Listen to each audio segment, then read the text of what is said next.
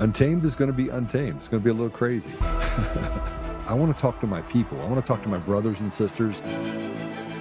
We can have grace and humility in how we interact with other people. Oh, hot dog, look at you. And nobody talked about what's really happening. And let's have conversations about what truth is.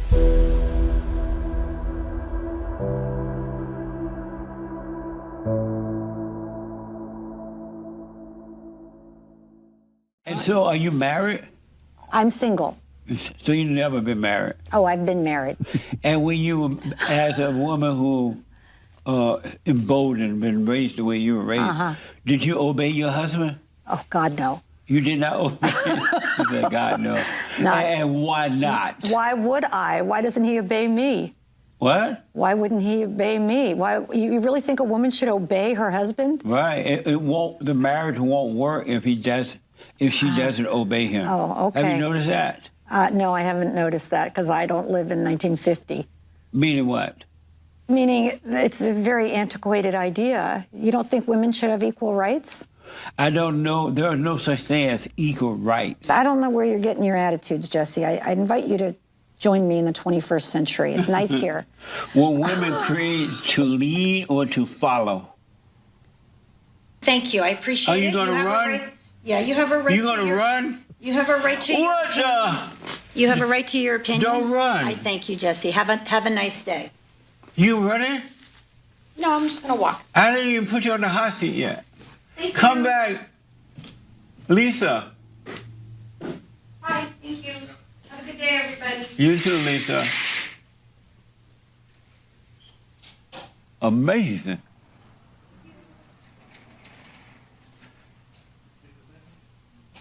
Lisa Bloom ran. She gone. If you see Lisa Bloom walking down the road, ask her why did she run? What the glory? Talk to your daughter. What the? This has to be one of my favorite shows ever. I've been watching Jesse for years, and I finally said, you know, I should probably have him on. He had a couple of. First of all, he knows what the word retard means, which is pretty awesome. But he's also a man of great faith, and he's done amazing things to serve the community. And he's been on a talk show host. He's an author. He's a pastor, and he's a commentator. So he's done the radio and TV talk show. He was interviewed by Tucker Carlson way back in 2017. He put that up today. I remember watching that in 2017 where he said, racism doesn't exist. And he's been my guy. Like, he's my brother from another mother. I probably know more about Jesse than probably I should know about Jesse, just because of the stuff that he puts out. He walks past racial constructs. He walks past this kind of apologetics of that we live in this world where we have to go backwards in order to go forwards. And I just don't believe it. And I don't think he does either. So I'm not going to waste a lot of time. I want to spend as much time with him as possible. So Jesse, welcome to the show. Thank you, Joe. That's amazing. And happy Men's History Month. August is Men's History Month. Happy Men's History Month. So you grew up in Alabama. Sweet home, Alabama. I grew up on a plantation down there, and my great-grandfather ran it, my grandfather, and so on and so on. And I grew up under the Jim Crow laws, but not once did I hear the word racism, nor did I hear that we should hate anyone. We were taught that our battle was spiritual, and that you can find good in people and bad in people, so treat people the way you would like to be treated. And it was amazing growing up there. And I'm disappointed the way my country has gone now. You know, if we back it up a little bit, I grew up in Washington, D.C. I was born in the 70s and the 80s. And, you know, we had a little bit of racial conflict then, but we thought as I was growing up that we had solved it, that there wasn't any racism. Yeah. I thought it had just gone away. Like we don't have a problem with anyone. And I grew up in the hotbed of all of it. So why? Why are we going backwards? Why are we allowing people to take us backwards? And who do you think is doing it? Number one, America should have never fallen for the lie that racism exists. This lie was made up. Excuse me. This lie was made up from what I can tell when the so-called civil rights movement started with Martin Luther King Jr. and Jesse Jackson and all those people. They brought in this idea that white people were keeping black people down and that white people were stopping the blacks from progressing. Whereas prior to that, black people were doing just fine. They had families, they had their own businesses, they went to school, they did what they wanted to do because they didn't have leaders. And so they started that civil rights movement and they started pushing this idea that white people was holding us back. And a lot of blacks fell for it, and so did whites. And then they brought in forced integration. Yeah. And they're trying to make people come together and do what they want them to do. And you can't make someone love you. Black America and white America would have come together naturally. And had that happened naturally, we would not have had and are having the problems that we have today. Forced integration and this so-called idea of racism is a made-up thing in order to control the people, to keep us fighting based on color and not character. And that's what's happening today. The worst thing that ever happened to the Black Joe and to America was the civil rights movement, other than abortion. It was the worst thing that ever happened. Well, do you think that there are good players and bad players? So there was people that maybe had a good, they had good intentions, but others, like I'm not a fan of Jesse Jackson. I'm certainly not a fan of any of the modern day civil rights leaders. But do you think that they were hijacked a little bit, and that's why the early leaders were assassinated? No, it wasn't good intention behind that at all.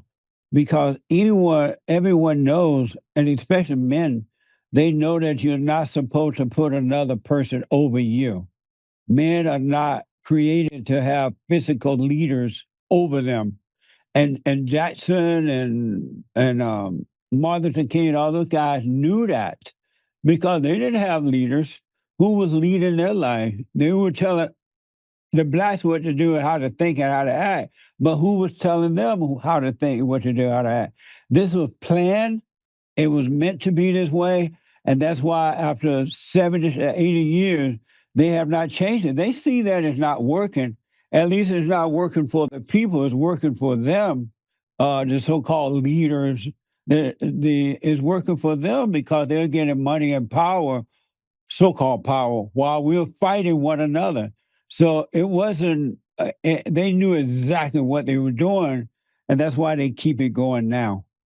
So let's go all the way back to Margaret Sanger, right? Yes. And you could start to see where the melding of generations, blacks and whites, were fighting on the same battlefield. They were, we fought to end slavery. Abraham Lincoln was a huge proponent of making sure we ended slavery. They assassinated him. I don't know who the they is. It depends on which side of the fence you're on. But then we moved forward and we started to see this melding. We started to see this kind of unity happening in the United States under this ethos or idea of what the country represented.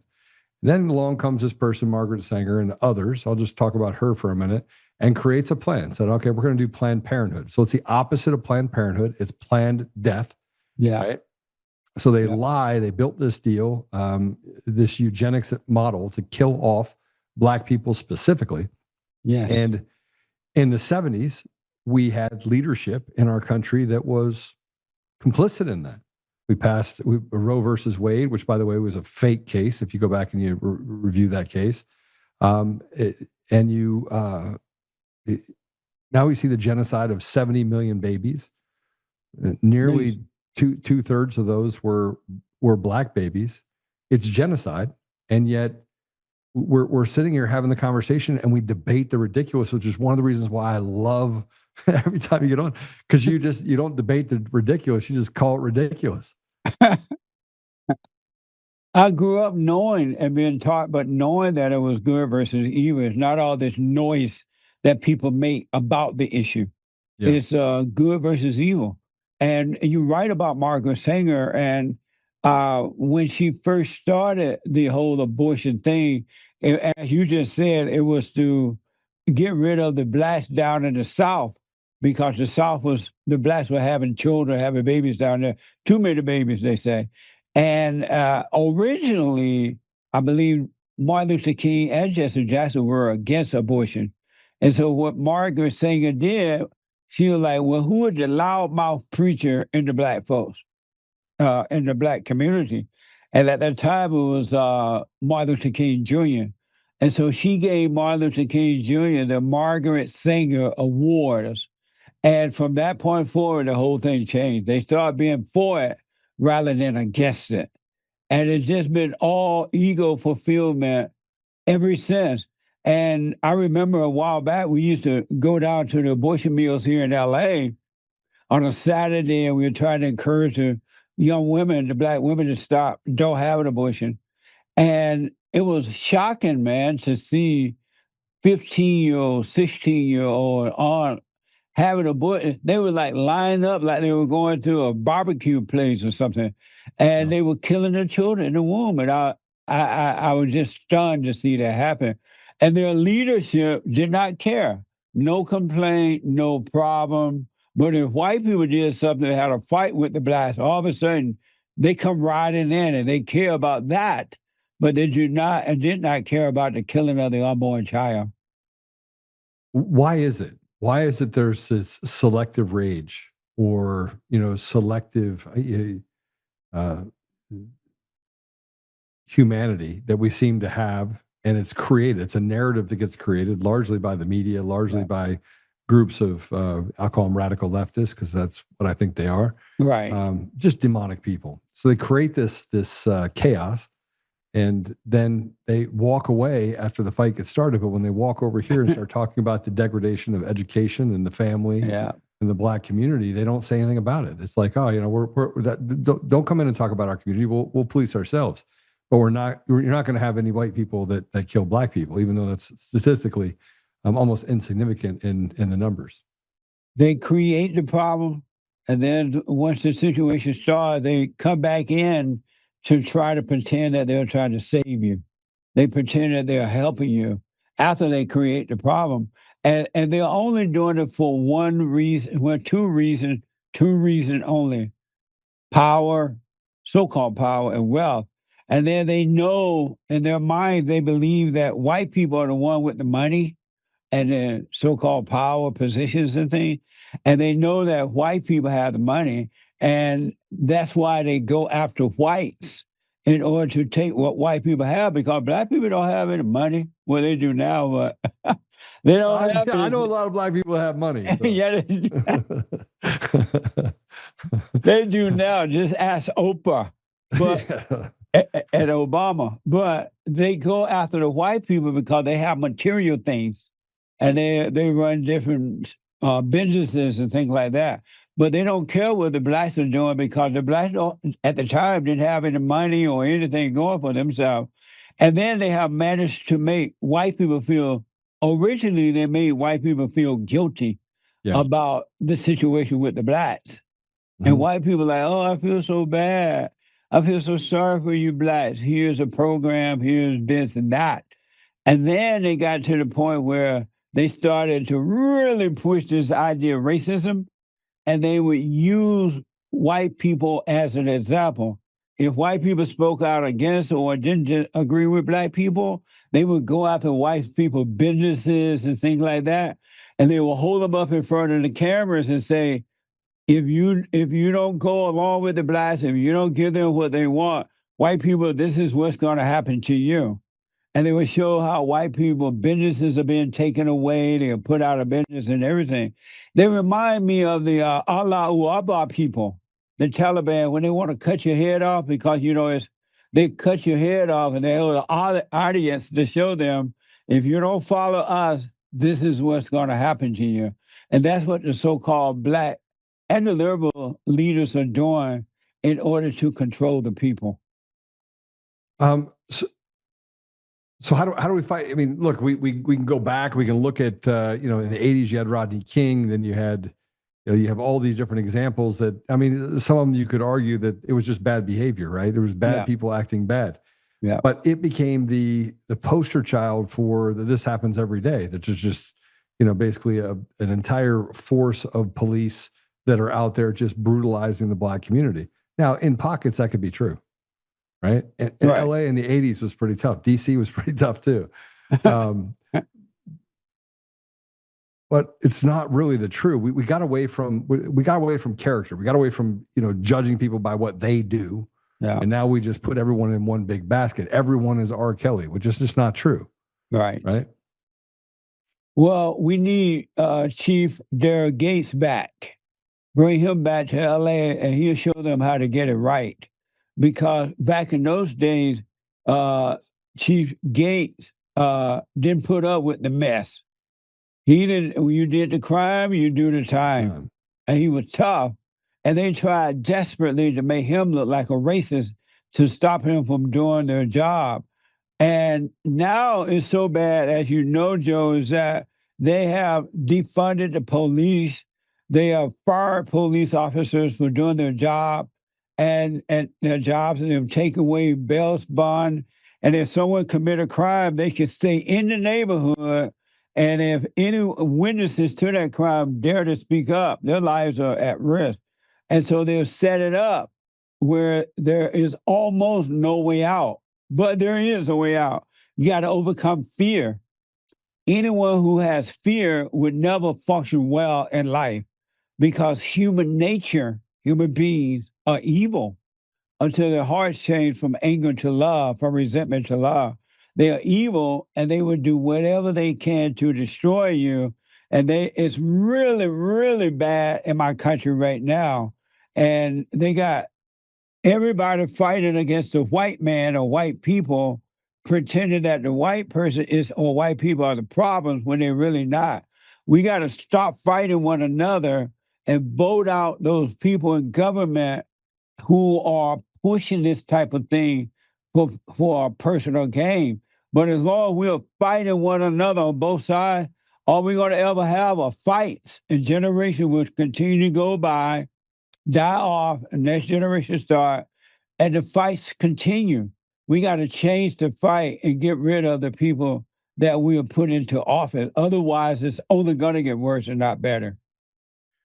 So you talk about an age-old problem that chaos favors the op, never favors the people. And there's obviously people behind this that want to have this conflict, that want us fighting at each other so they can actually, it's almost like a gladiatorial contest. They're like watching us fight while they eat, grapes sitting on the stands. And by the way, the problem is not just the Democrats. We have Republicans that have betrayed us over and over and over again, which one of the things that I've been talking about for at least the last 6 years, was the fact that we have fraudulent elections. They're worse where you are in LA. Yeah. Yeah. Say that again. You just had a mayoral race, right? And we saw as Spencer Pratt's numbers flipped and a no-name came in and got the nod for the runoff election. That was the darndest thing I ever seen. You go to bed at night on the night of election knowing that, what's his name? Pratt, yeah. Pratt, yeah. That he had a chance, a major chance to win. And you wake up the next morning, they said somebody out of nowhere, no one cared about. I doubt if anyone voted for. Nobody even knew her name. They're like, wait, what? Who is this person? Right. Yeah. And all of a sudden, she is in there. I'm like, So I don't know what we're going to do in November when the election really happens, because you cannot trust at all the voting system, because it is not working for the people. It's working to get the people in that they want. I can't even believe that Karen Basque, this female, has nothing going on for herself. Zero. No. All she does is pretend that she's helping the homeless while crime is out of control. Homelessness is still out of control. Everything is bad. And they voted her back in. I could not believe that. The people get what they deserve. Yeah, this is where I think that the reason why they keep people apart is, and I'll just say it. Look, I've spent the last 6 years fighting this election fraud deal. I'm a system architect.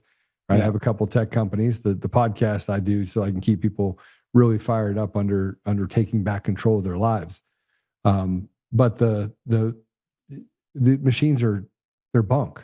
I mean, the mail-in ballots it's gas to the machine.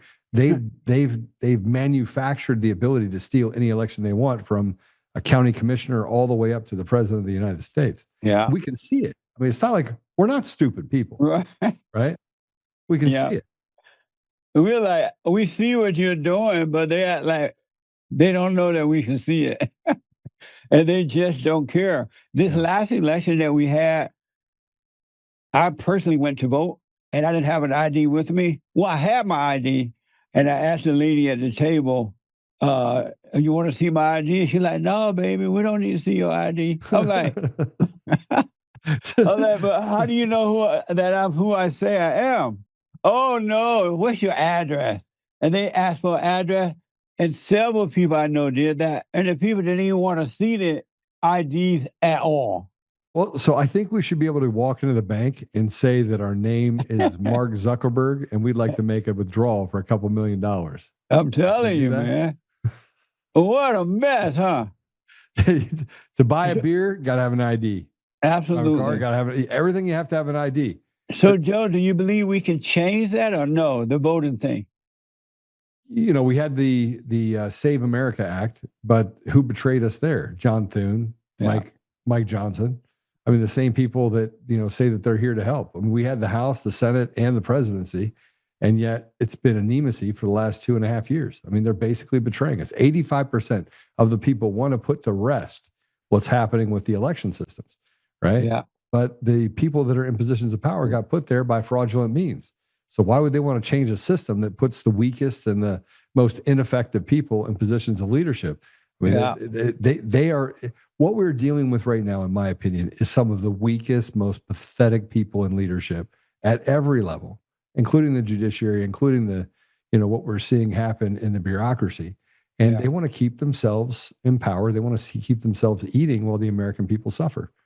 Right. So absolutely. I think we can solve it, but it's going to take force. And look, I say force all the time. People go, oh, you're calling for violence. I was like, listen, we can have one of two ways that we get this done. We can have force, which is basically applied force, and it might take a couple pushes and shoves to get it done, or we can have war. But if the way that things are going right now with the American people, we're not eating. Our debt's at $39 trillion. They've created race wars and now ethnicity wars. We're fighting each other, Muslims, Christians, and Jews. It's like they took an ant farm and they just shook it in the middle of Lebanon, the 1970s, and here we are. Now everybody hates everybody. Yeah. They and in all honesty, at one time when I was 18 or so, I was a Democrat. I moved here and I voted as a Democrat. Say it's not true. Say it's not true. I was black. I didn't know any better. I did not know any better. I believed the lie that, the Democrats love the black people, right? And then I did, after a little time went by, and I did some research on the Democratic Party, and I realized the Democrats don't care about blacks at all. No. We've been lied to. And so I read the Republican platform, and they were about country, individuality, God, and those things, right? So I switched party. But now I have to tell you, Joe, if it wasn't for Donald Trump, the great white hope, I would not have anything to do with the Republican Party at all. The only person that keep me involved in voting for the Republican, and then I vote for Donald Trump, but it's only because of Trump. Because the Republican Party, in all honesty, is no different than the Democratic Party. It's the same party. Uniparty. Yeah. All what a mess, huh? So what? Oh, we have Jesus though, brother. So we're good. Yeah, but we need Jesus. We need him now. And I believe that we're in that final stage. I don't believe in the rapture deal that we're all the way there, but I think that God's given us a choice. He's like, I can wipe it out, or you guys can fix it. I'm gonna let you step out there. It's a test. Are you willing to fix it? Are you willing to be courageous enough to stand out and call evil evil and push it back into the hole it came from? Yeah. And we just have to find men that can stand together. I was about to say, and you're right about that. if we could find 10 men, 20 would be nice, but 10 that will overcome fear and to hell with what the world think about them, let them call them whatever they want, and get up and stand up for what is right, we can change this country overnight. But they have put fear in men of all races, really. And the men are not standing up and following that order of God and Christ, Christ and man, man over woman, women over children. The men are not standing up, and the men are intentionally being attacked because they represent God, even though some of them, turn away from God, but they represent God, and men are hated because evil can't get to God, so he goes to his sons, and evil try to destroy his son. And that's what's happening right now. We got to get over the fear. Fear is an illusion, and it's only there to stop you from functioning in life. You got to get over the fear. I tell my kids, right? There's only two things that you're promised in this world. That is, you will live if you're alive, and you will die. That's it. And they're like, no, you're promised you have to pay taxes. I was like, maybe. So people have proven they can get past that too. The only thing you can't run away from is that once you're born, you're born. That's right. And then you're going to die. And nobody makes it out of this life alive. The only person that did that was Jesus Christ. Right. 2,000 years ago. We look at all the, I look at it from a biblical standpoint too. And I know I'm going to switch over here on this for you a little bit, but Jesus died at the age of approximately 35. Right. Right. Right. Yes. It's been 2,026 years. Amazing. We're in a very precarious place. They've now changed AD and BC to something completely different. I don't know if you've looked at that, which is crazy. I'm not aware of that. Oh yeah, it's C. What is it? CDE. Hold on a second. Let me find it real quick. BC and AD. I should know this by heart. I was having a big conversation about it. And they changed it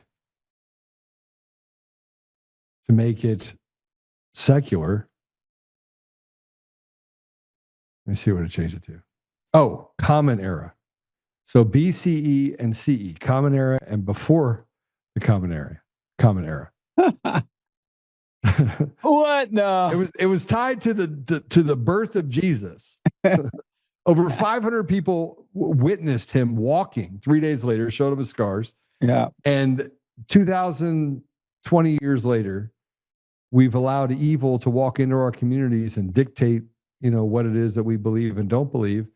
And they're stripping away our society of all signs of God. And we're wondering why God's not standing up for us right now. I never, growing up, coming from Alabama, walking down the road, I never imagined, you just don't think growing up that something like that can happen in the United States of America. It just I didn't know, to be honest with you, I didn't know that human beings were that evil that they would do something like that. I understand it now, but I didn't know it then. And one other thing I want to mention, Joe, this blew my mind, and it's still blowing my mind. I did not know that one day in America, we all know that the Allahu Akbar religion, the Muslim religion, Akbar.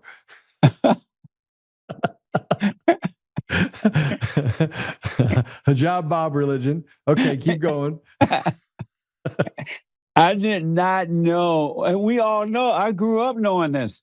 We all know that they see America as the big Satan, the great Satan, and they see Israel as a small Satan. And they've always been saying, even in their little Quran book, you can deceive the infidels, you can befriend them, you do lie to them, whatever you want, in order to conquer them, right? And they see us as the big Satan. I did not know that America would one day vote in Allahu Akbar people in our government, and like this guy Mondami over there in New York, and some Jesse, they didn't though. I'm sorry? They didn't. These are fraudulent elections. Like Right. I could show you stuff and you would go, whoa, Joe, I just want to be able to use my iPhone. And I would say, Jesse, I briefed counsel for Pompeo on Jan 5 or Jan 6 of 2021. I was at the State Department briefing Pompeo's counsel. He snuck out the back door. I predicted the outcome of the Jan 5, 2021 Senate runoff race in Georgia. I knew exactly what the percentages would be, what would happen. Systems would have to come down, they have to come back up. I told him exactly what was going to happen. The Republicans would be winning. All of a sudden, it would flip when the systems went down, and boom, both Democrats are going to win. I met with a bunch of people from the State Department. I met with NSA, the DHS, all of them. And they're like, well, how do you know? And I was like, just watch. And I was right. Amazing. That's amazing, man. And yet we have mountains of evidence and no one does they do nothing. They do nothing with it. Nothing. Do you know if it's true that over in New York, educated white females voted for Mondami? No, it didn't happen. Didn't happen. It did not happen. No. Really? 40% of the vote 40% minimum of the vote in New York, fraudulent. They can't even the Board of Elections in New York can't come to a conclusion that Mondami won. That's amazing. So what are we doing here? I know. If we don't get the voting thing working properly, I don't know how we're going to get out of this mess, because they're putting all kinds of people who are against America in our government. Yeah. And once they get into government, they can make all kind of laws that they like want. Judges? Right. They can do what they want to destroy us. So why then? Why are we at that place? You know, and this is why, I mean, I get to this place where I go, okay, most Americans that I talk to, I walk down the street and I'm like, hey, what's going on? Hey, tell me, do you agree with all the stuff that's going on? People have varying opinions because they have varying access to information, and they get all their information in a 45-minute or 45-second, tweet. Yeah. Yeah, you're right. But most people, when you start talking to them about that's happening around them, like, are your taxes too high? They're like, my taxes are too damn high. I'm like, okay. There's a lot of things that we can actually agree on. Yeah. Right? Most people are not retarded. Right. But when you have social media that is filled with bots and they can basically manufacture out of nowhere conversations that don't exist and make it normalized, like cutting off body parts and calling a boy a girl, then you're at a disadvantage, because most good people also don't want to talk about the ridiculous. They're like, I know. Leave me out of the conversation. Yeah. I can't believe we're having a conversation. Well, these people are having what they think is a real conversation about what is a male and what is a female. How do you have that type of conversation and think, I mean, how do you have that in public and expect people to just say, oh, yeah, you're right. That's not a boy. That's not a girl. This is it. It just, how do you have that kind of conversation and sleep at night? How did we get to a place where cosplaying turned into real life, that you can literally just change yourself into whatever you want, and that we would actually let them do it to our children, which is even worse. Yeah. Like, we're letting them actually do weird stuff to our children. Yeah. Well, parents don't even protect their own children nowadays. And one of the reasons they don't, one reason is that if they love their children, they would not even send them to these schools, knowing that all this mess is going on. They will make whatever sacrifices they needed to make to not send their children, especially to a public school, number one. And then secondly, they're afraid to say no because they don't want to be called racist. They don't want to be called names. They literally take the name calling serious. And so they're afraid to be, you took your child out of the school because you're homophobic or transphobic and all that, man. They prefer to pretend they're being light than to protect their own children. And so they let these people do this to their children. Look, I've been called everything in the book. Yeah. Everything. I mean, they've called me everything. None of it's true, but they use dog whistles, and they use it regularly. I mean, they'll call a black man a racist, Uncle Tom. Yeah, the N-word. Yeah, and not have any, and not say anything about it. It's okay. It's okay because he's not on my side. That's why if you love what's right with all your heart, soul, and might, you should not give one thought to what some people say about you or call you, because they only call you names because they're evil and they want what they want and they're trying to stop you. But if you take any concern about what someone call you, you're not going to be able to function in this life. You won't be able to do anything because you're worried about what people say about you or what they call you. Christ did not give one iota of a thought about what people thought or said about him. He was here to do a job. He did his job. He brought the message. He told us how to get back to the Father. And the people that wanted to control the people hated Christ for doing that. And that's why they took him out, because they didn't want him to wake up the people. They want to control over the people, so they took him out. But Christ never thought about, oh, Lord, I feel so bad. They call me names. They're against me.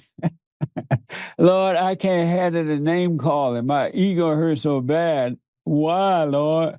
And he didn't think about that. So men and women, but men of God who truly love what's right, cannot give 1 second of a thought as to what someone called them, because that will stop you if you worry about that. You should not even think about it, and then no one can stop you. Well, I got to tell you, I could care less what anybody says about me. And I think that bothers a lot of people, including my wife, because then she's like, maybe you should push the pause button. I go, I can't. I don't know how to. I'm not going to leave this life with my children having a worse opportunity, my grandchildren having a worse opportunity, my future generations than what I had. Right? Yeah. Absolutely. We need more men like you. They don't make them anymore.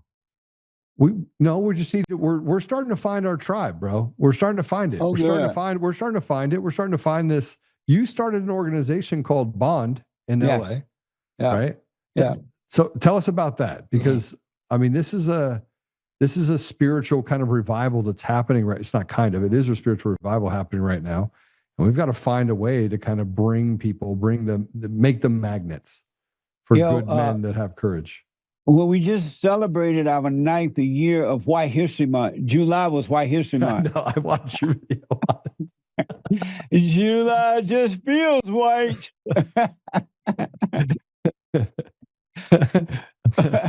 I put up videos on social media that you had in July, and I got just the radical lefts. The ants came out of nowhere, and it was awesome.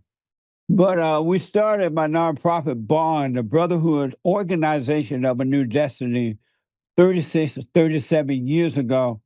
And the reason we started, because when I woke up and I realized we had been used by the so-called black leadership, black people, and the Democratic Party and all that, and a lot of blacks were very angry, and they still are, I wanted them to know that it's not racism that's holding them back. The white man is not their problem, that it's the anger. They got to overcome the anger. They got to forgive their mothers for turning them away from their fathers, and they have to forgive their fathers for not protecting them from the mothers. And then to get rid of all of their leaders, you should only have God over you. God in Christ, Christ a man, man of a woman. And so we wanted to get the message out to the blacks that their problem starts at home. White people had nothing to do with it. And Jesse Jackson and others are using them for personal gain. And so we started that, and the message was so powerful or interesting that I started to appear on Phil Donahue, Geraldo, and different shows. And so the word started to get out. And then I started hearing from white people and Mexicans and everybody. They're like, look, we have the same problem at home. We don't have, our father is not there for us, or he's not protecting us. We have this anger. And they want to be a part of it. So we open it up to all all people, men and women now, but all people, because the problem is a spiritual battle. And now we tutor with men and women around the world by phone, Skypes, or walking in-house. We have a daily radio show. I have the fallen-state.tv. We help men find jobs or start businesses. As I just said, we have White History Month in July because we want, if it wasn't for white men, there would be no America. White men founded and created, with the help of God, the greatest country on the planet. And it doesn't make sense that other white people are just allowing these people to come in and destroy what they have built. And so we're trying to wake up white men and white women to that. Now we have Men's History Month. We tutor, we counsel, just a whole bunch of things. But a lot of guys have started their own business or have gotten up and found jobs. But most importantly, they drop the anger by forgiving their mothers for turning them away from the fathers and the father for not protecting them.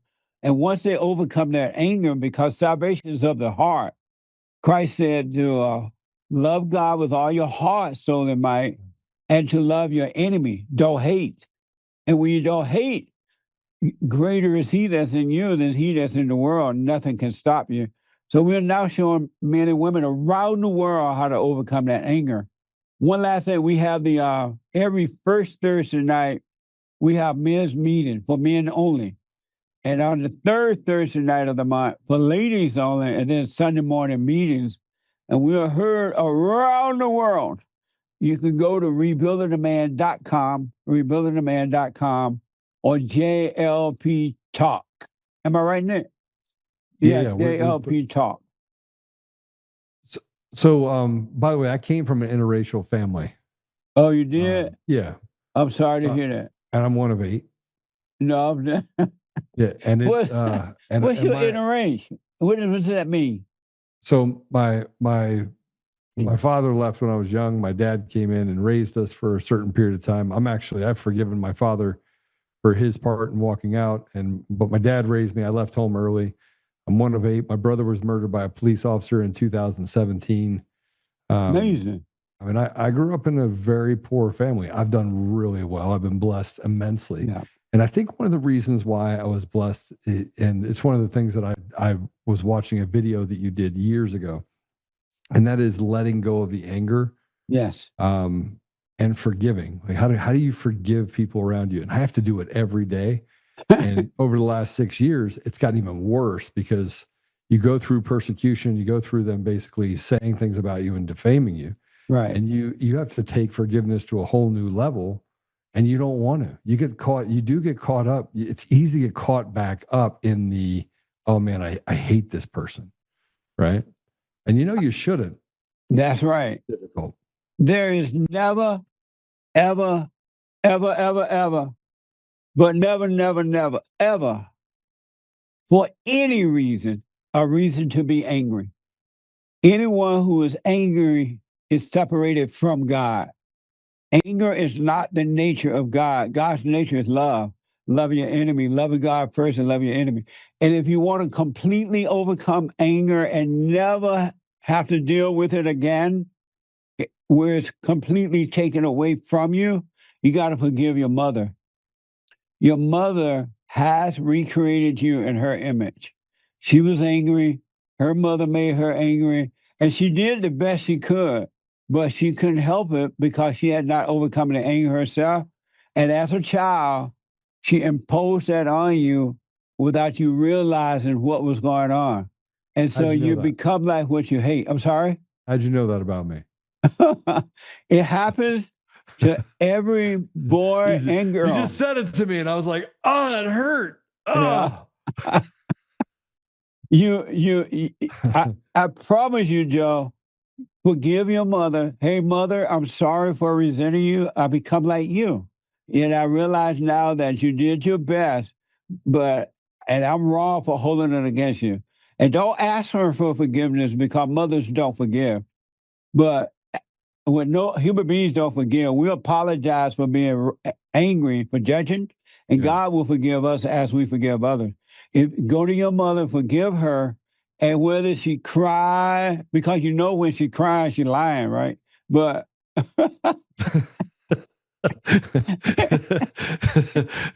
when she's crying, she's She's lying. lying. Yeah. And when she's not crying, she's still lying. That's right. And go forgive her. And I'm sorry, mother, for resenting you. And God will forgive you no matter what she does.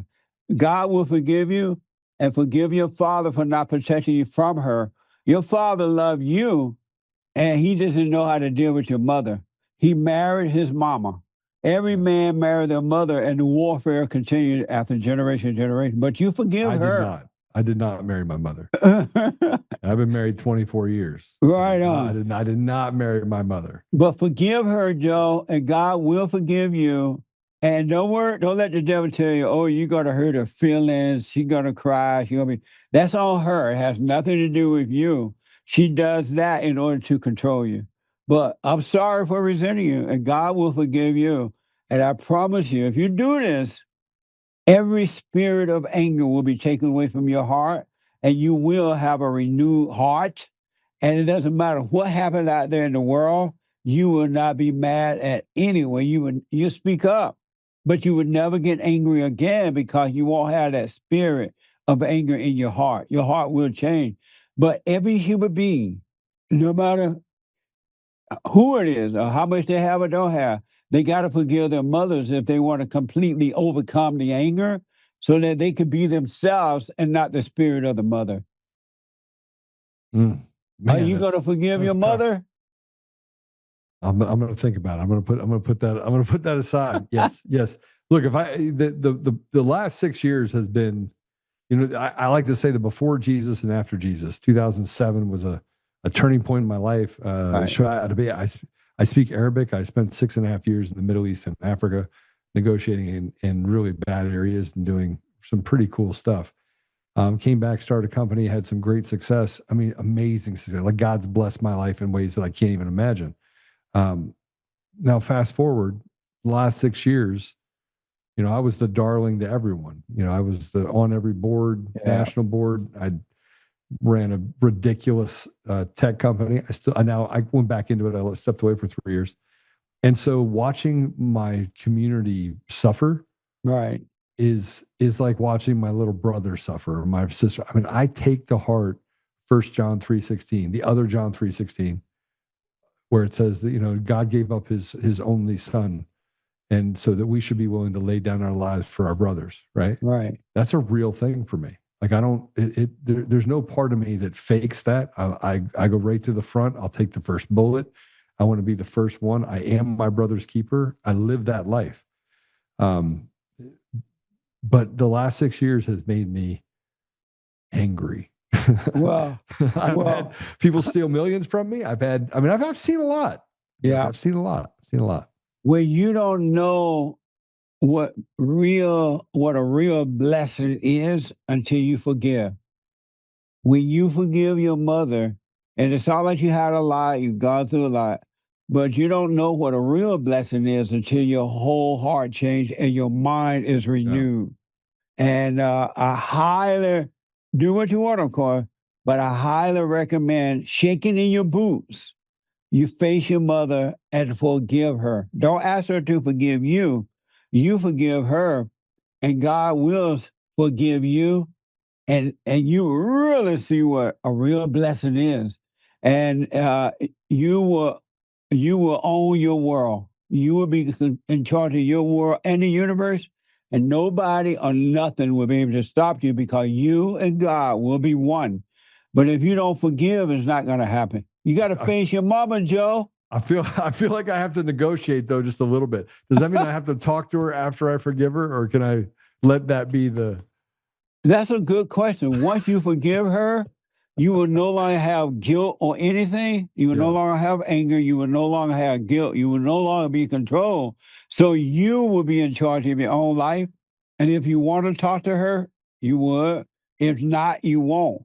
But you will be in control, and not by emotions, but by love, real love. And you will be in charge. You don't have to communicate with her at all. And you will feel just fine because you won't resent her. You won't have that anger. But you got to shake it in your boots, though. You got to and face your mother. The hardest thing in the world, what most people do, men and women, is to face their mothers. They resent their mothers and as a result of resenting their mothers, they're afraid of their mothers. And the devil tells you got to hurt her feeling, or she may yell, or how will she handle this? And you believe in the lie of the thought. Did you know? And so in Christ, God said that all who were born of the flesh, who were born through the woman, must be born of the Father. You must be born again. And you're never going to overcome the spirit of the woman until you forgive her, your mother.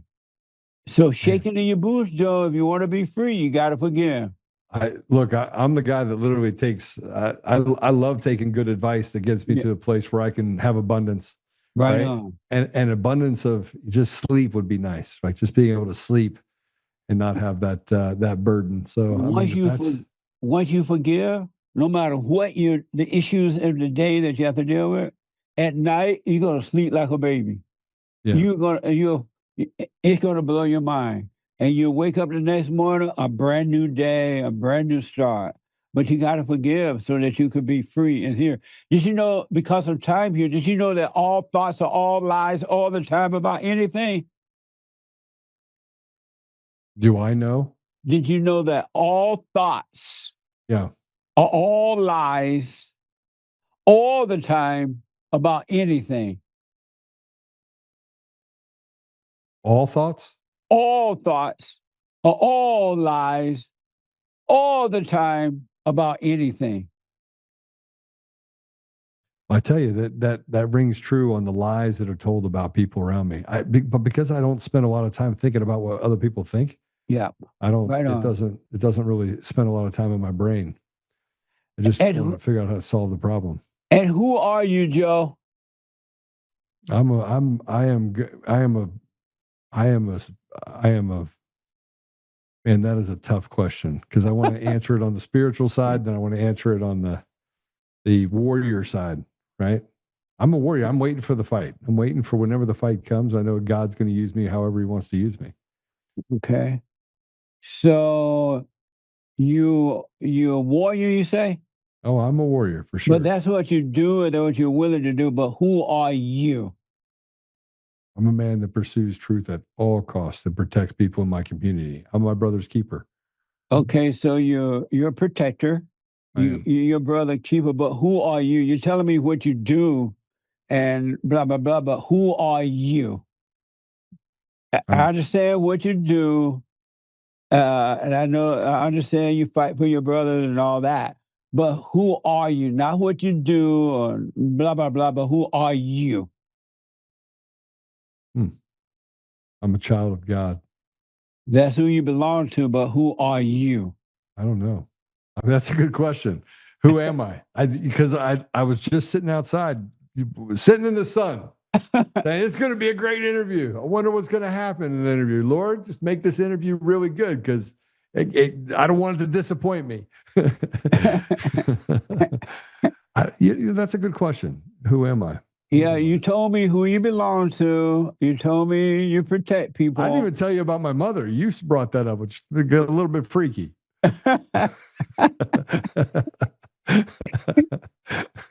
And you told me, what you do and all that, but you didn't tell me who you are. I'm Joe. Like that's your name. I'm Joe. That's your name. Okay. I'm a man. That's what you are in the physical. Okay. But who are you? Who am I? Man, I thought I gave you all the answers. I don't really have anything left in my stable.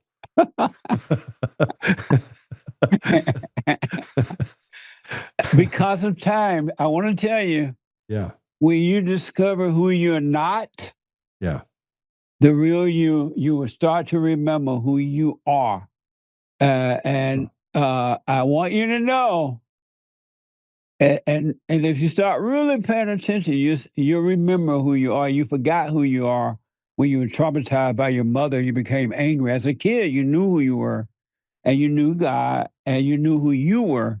Well, when you were traumatized, as all of us, every human being, when they're traumatized by their mothers, by becoming angry, they forget who they are and they take on a false identity.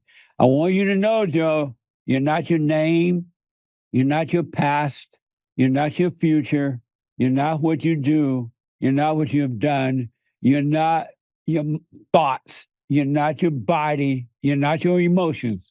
When you discover those things, the real you will appear where you can clearly see who you're not. You got to pay attention to that. Mm. You're not what you do or what you have done. You're not what others think about you or what you think about them. I'm You're not none of gay. those things. What? I said I'm not gay. You're not gay. You're none of those things. John, you say I got to run because I got an appointment here, but you say that you were raised. You say you interracial or something? Yeah. What are Yeah. you? I was raised in an interracial family, black and white. Really? Yeah. So you had All a family black things. stepfather or something? Yeah, I don't know if he'd call us that, but yeah. Oh, okay. So Yeah. you know black people then. Well, yeah, You may not know who you are, but you know black people.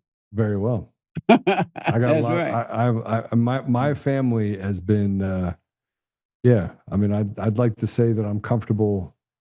I mean, I grew up in a hard place, man. I grew up having to go through some stuff and sold What a drugs at a mess. young age. So, but I came through it. I mean, I was an athlete. That's why, there's a lot of things that I learned in my life that most people have never learned. Have you forgiven your real father for not being there for you? Oh yeah, absolutely. Did you tell him? He's easy to talk to. Yeah. Right on. Yeah. It's Yeah. easier to talk to the fathers than it is to mothers because mothers are on an ego trip and they can't admit that they're wrong. Yeah, that's true. The worst part about this is that you brought up something that I had been thinking about, but there's I don't. She's a nutball. All mothers are nutballs. Yeah, well, this one's a little more nuttier than most. That's what every child thinks. I'm a grown man. I tell you what. Every adult child thinks that their mother is worse than the other one, but they're all the same. Mothers don't have love. They only have hate, and they call that love. And that's why you got to forgive them. Yeah, I agree with that. Joe, I got to run. Hey, brother, it was great being with you. It was amazing. Yeah, I'd love to do it again. Yes, sir. Will you let me know when you forgive your mother? Yeah, see that might. Yeah, yes, I will. I will. Yes, I will do that. Yeah. Okay, I'm going to consider it. I'm sorry. I'm going to consider it. You already know that you resent her, and you know that it's wrong to resent. What else there is to consider? God said, if you want to enter into the kingdom of heaven, you must go and forgive, and I will forgive you and draw you in. You cannot enter into the kingdom of heaven within until you forgive. Man, powerful. All right, I'll do it. Let me know. All right. Thanks, brother. I appreciate you. All right. Thanks, Joe, for having me on. I appreciate it. Great having you on. All right. Take care now. You guys don't know how much of a treat it was to have Jesse on here today. First of all, we weren't talking about that. That wasn't even on the. I had other things that I wanted to talk to him about related to what's happening politically, and whether we're talking about what's happening in the Black community now or the institutional rot that's been placed in that environment. These are all powerful things that, I wasn't expecting him to bring up the mother card. And you guys have been with me for 6 years. Some of you have been with me since the beginning. And so, from my standpoint, that when he brought that out, I was like, who gave him the cue card? Who gave him the cue card?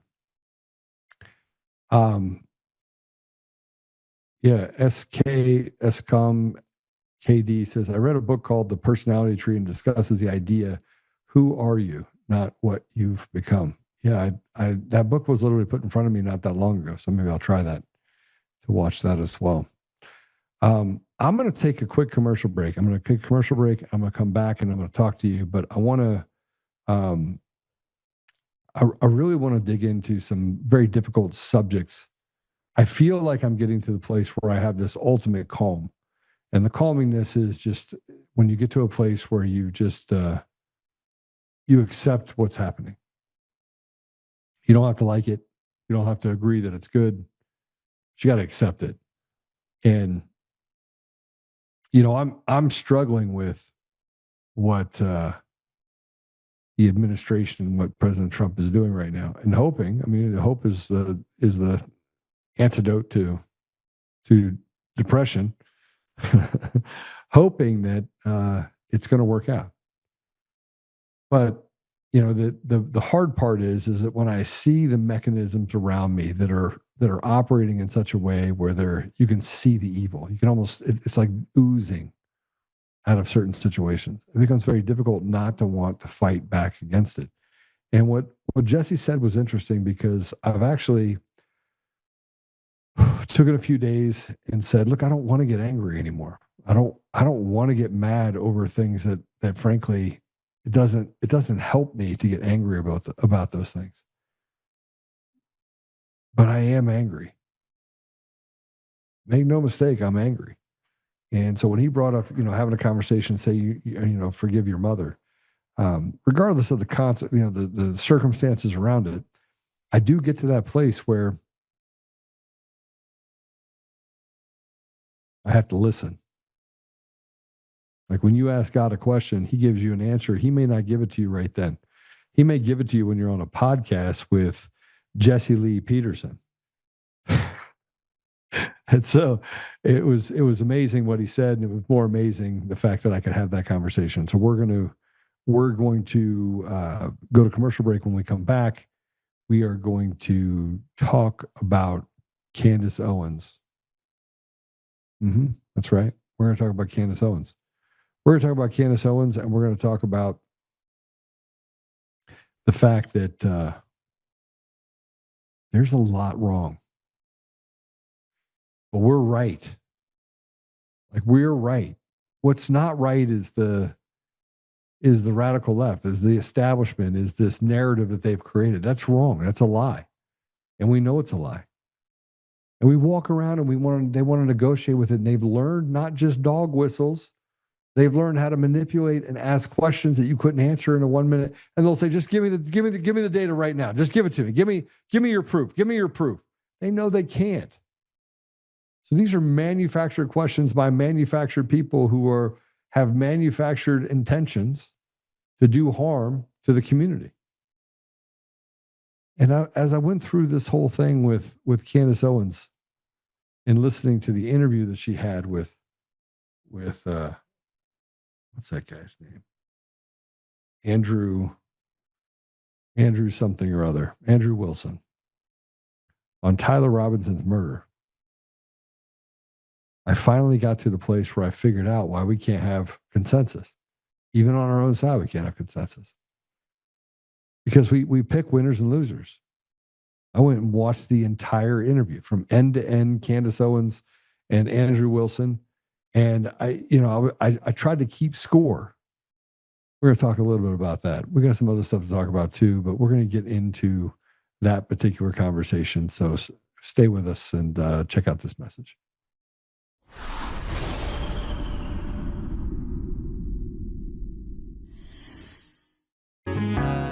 Oh, hi. I almost didn't see you there. Welcome to DCF Buns, where you can find the freshest buns in town, if I do say so myself. Our master bakers teach class every week.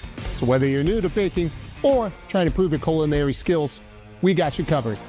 And we can help you bake the cake of your dreams. We'll even clean your cake if you want. And if you don't want to bake anything yourself, we have loads of fresh buns available in a variety of shapes and sizes. Check us out at dcfbuns.com to learn more. DCF Buns. We keep the buns hot and the deals hotter. Buns. In every thread, in every stitch, Honor-Bound USA weaves the fabric of the American spirit. It's not just apparel, it's a testament to God, family, and country. At Honor-Bound USA, we're a family of patriots who put our faith, family, and America first. When you visit our website, you'll find a line of products that embody our commitment to pray, stand, speak, and act. As the official site for the Untamed podcast, all of our products proclaim speaking the truth with courage we also have the powerful documentary from Professor David Clements, Let My People Go. Identify yourself as one of the few who are willing to stand for what they believe in. Join the Honor-Bound USA family today. Wear it as a badge of honor, commitment to the values that shape us, and a pledge to the bright future we will build together. Because when you're honor-bound, you're not just wearing a brand, you're embodying a lifestyle.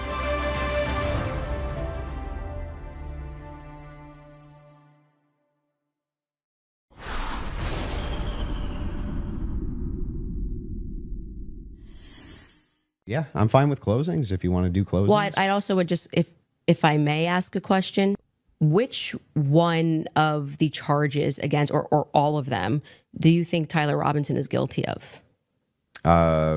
The specific charge?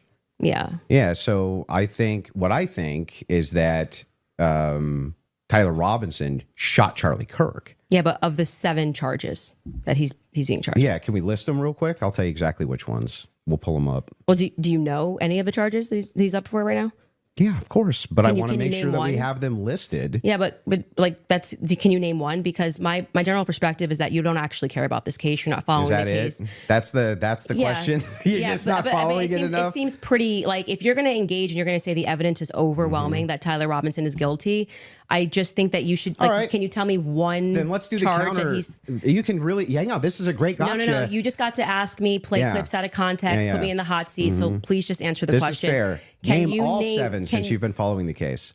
Okay, sure. Go ahead. You name one. Yeah, you named all 7. I'm happy to do that, but can you name one? I think he's been charged with murder. That's actually incorrect. Okay, great. Now name all 7. He doesn't even. This is like. Name all 7. And I. Can you I think name all 7? I can. Then do it. The first charge is aggravated murder because that's what carries Okay. a death So sentence in the murder. state of Utah. No, Next. that's not. That is literally not murder. Okay. The second charge is the felony discharge of a weapon. The next 2 charges are for obstruction of justice. Okay. The next 2 charges are for witness tampering. And the What's final, the specific charges, though? that is them. Obstruction of justice, Both of obstruction those? of justice, witness tampering, witness tampering. Okay, and there's no other specifics to them.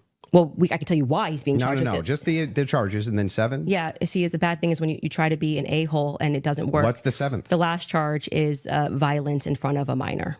Okay, got it. I think your team would like to pull up the 7 charges that he just asked you about. If Sure. you guys want to pull that up, just to confirm. for Aggravated murder, felony discharge of a firearm, obstruction of justice, which is counts 3 and 4, 5 and 6, tampering with a witness, and count 7, violent I said offense in the presence of in a front of minor. a child. I did notice something. I just was curious about. If I'm just wondering, when you pulled out your phone just before you asked that question, did somebody by chance text you that question? You can check my phone. I'm just curious. No, you can absolutely not. I have not had one communication with a single person, not even my producers who are in there this whole time we were here. You want to check my phone? I'm happy to take it. Let's see it. if anyone was texted at all during this debate. You give me permission. You so I'm have looking at full the- I'm not gonna permission to give go through my names. phone. I don't need to So cheat. the last one has nothing to do with it. It's just a compliment. I haven't even read my text messages. That's so a compliment. He's reading them. You're okay. You'll give me permission. I'm Yes. just going to read 3 of them Yes. to 1132 because after that, I don't need to read it. And you know their texts. Could have been Telegram. Could have been something. All like I that. have is Signal. You can check that too. I only have Signal. I don't need to, like, I Okay. deeply care about this case. I don't need to I pretend get to it. know If you stuff that deeply I care don't about know. the case, Yeah. I just, I have my other question is about the steakhouse receipt.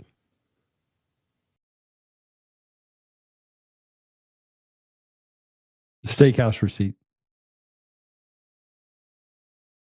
I went through and I watched the entire interview.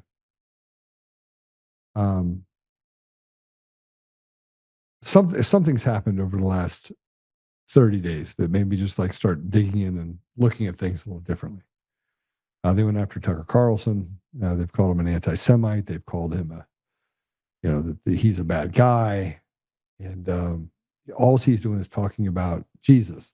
And I go back in time, and I'm not saying that Tucker Carlson is Jesus, and I'm not saying that at all, but he just talks about Jesus. And, he's been an honorable man his entire career. This is a guy that got accosted by a radical leftist at a park in New York City. He was there fishing. Perfectly legal. This guy comes out of just asks him what he's doing, and he's fishing. Literally fishing. And normally a man would stand up and say, some choice words to the guy, but not Tucker. No, he's as calm as can be. And so as I started looking at all the stuff related to Candace Owens, and it's not uncommon for me to be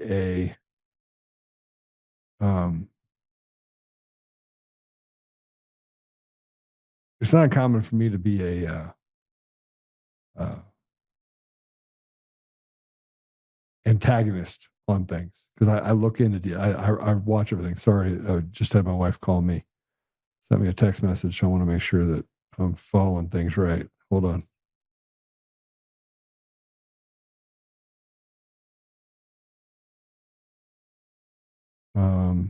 Make sure I understand this right here. Okay. All right.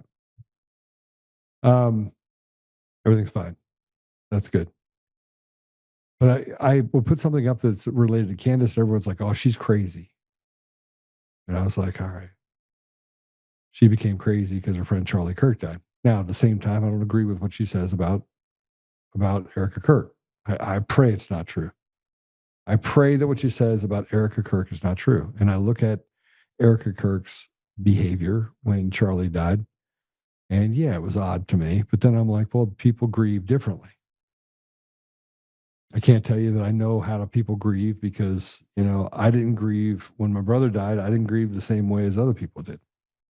Some people held it in. Some people, I wondered whether or not they ever loved my brother at all. I mean, there's just a lot of things that went through my mind. So under a microscope, which Erica Kirk is under a microscope, how is she supposed to react? She took over as the CEO of a large organization, and frankly, one that Charlie, just a couple weeks before he died, has said that they were basically going to doge the TPUSA. He wanted to change it. He didn't like the direction or the ethos of how the organization was going. And he didn't like the fact that people had taken control of him. Now, Andrew Wilson comes out and says, I'll have a debate with Candace Owens, and people got on one side of the fence or the other. But about 99% of them never watched the entire video. They didn't. 99% of them never sat down and watched Candace Owens on video and the things that she said or the things that she investigates. Now, in a vacuum, you have two sides. One that wrote, literally, I went through X and I started just reading it. One said, Andrew Wilson decimates Candace Owens. Then I went to another one and it said, Candace Owens decimates Andrew Wilson, embarrasses him, wrecks him. He spends his entire time crashing out on the show. I'm just going to tell you right now, it made me go, all right, let's watch the whole thing. So I did. I watched the whole thing. The smart thing about Candace Owens is she waited until she was big enough to where it'd be really noticeable if you took away her ability to speak. Now, I really wasn't on the stage, so my ability to speak and what they took away from me, they just do it naturally. And but then they took another shot at taking away her ability to speak. She went after Ben Shapiro, because obviously Ben Shapiro is kind of a little moron. And frankly, anybody that tries to convince people to get a COVID vaccine that's an influencer is diabolical in my viewpoint. You can say things like, hey, look, do what you want to do. And that would be acceptable. But trying to force people and calling them retarded or stupid for not getting it shows me you're just an agent of the state. And I think in large part, that's what Candace called out. But you have this group of influencers that gets their influence and gets their credibility from other influencers. Like literally, we are run by an information groupies cartel that tells us what we can and cannot think, what we can and cannot follow.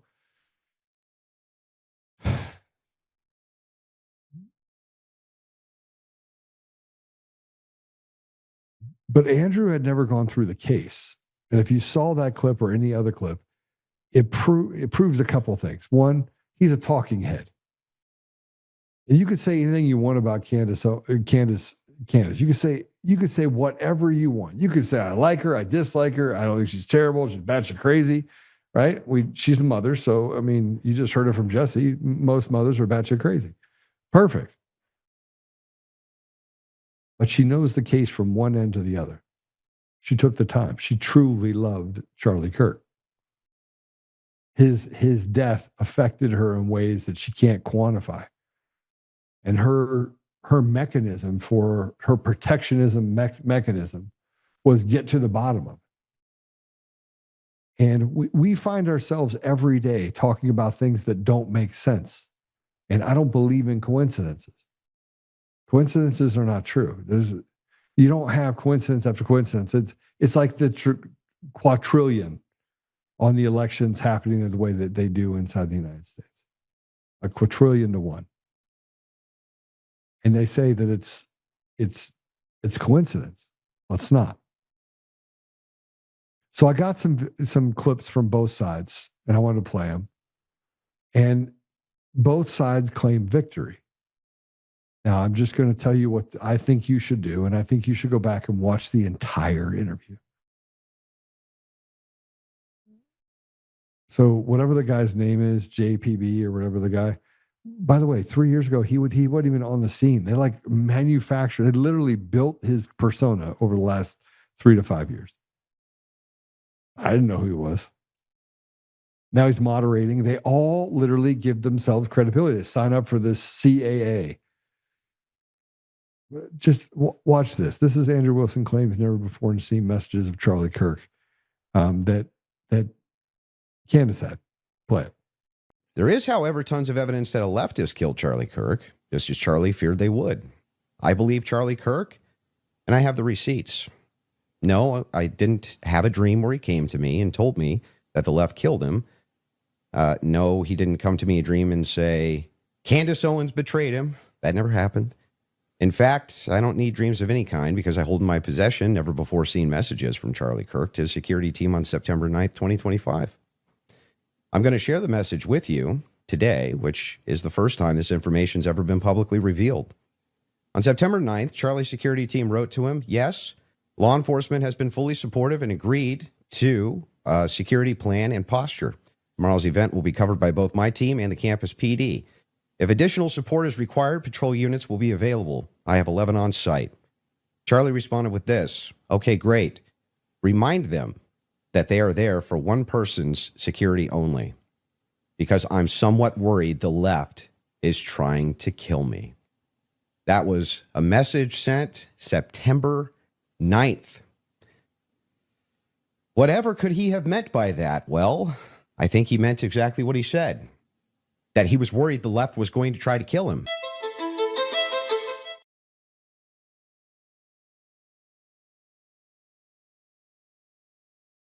So you had guys that came out that said they supported Candace. You had people that came out and said they supported Andrew.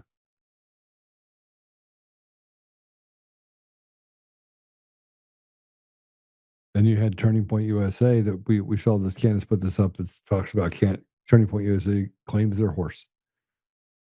Like we didn't already know. And that was the video we just talked about.